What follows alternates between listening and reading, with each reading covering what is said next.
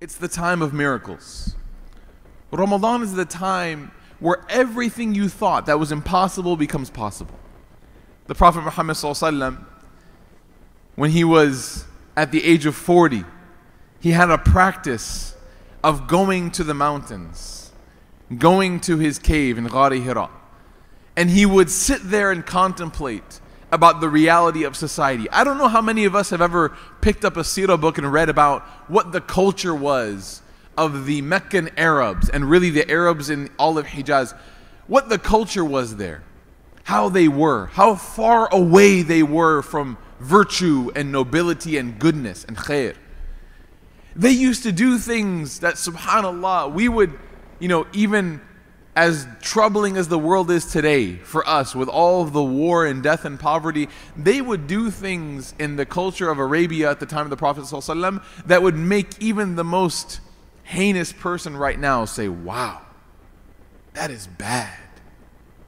And so it's very easy for us to look at this country of people who would abuse their families, who would bury their daughters alive, who would rob people in the middle of a city, hold them up, people who would abuse alcohol. It's very easy for us to look at these people and say to them, they will never find guidance.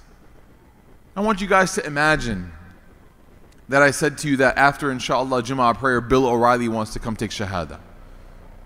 Right? Or Donald Trump will be joining us for his Shahada, inshallah, after the prayer. That's not true. There's a kid who's losing his mind right now. It's not true, right? But the point is, you all would say, no, I don't believe it. Why? Because we view people and things as being so far gone from Islam that there's no chance it would take a miracle. So you look at this city in the heart of Arabia and you look at their deficiency, their weakness, their brokenness, their distance from Allah, and you look at them from 10,000 feet and you say, man, these people will never get it right. And who does Allah choose to reveal the Quran to? Those people. In what month? Ramadan.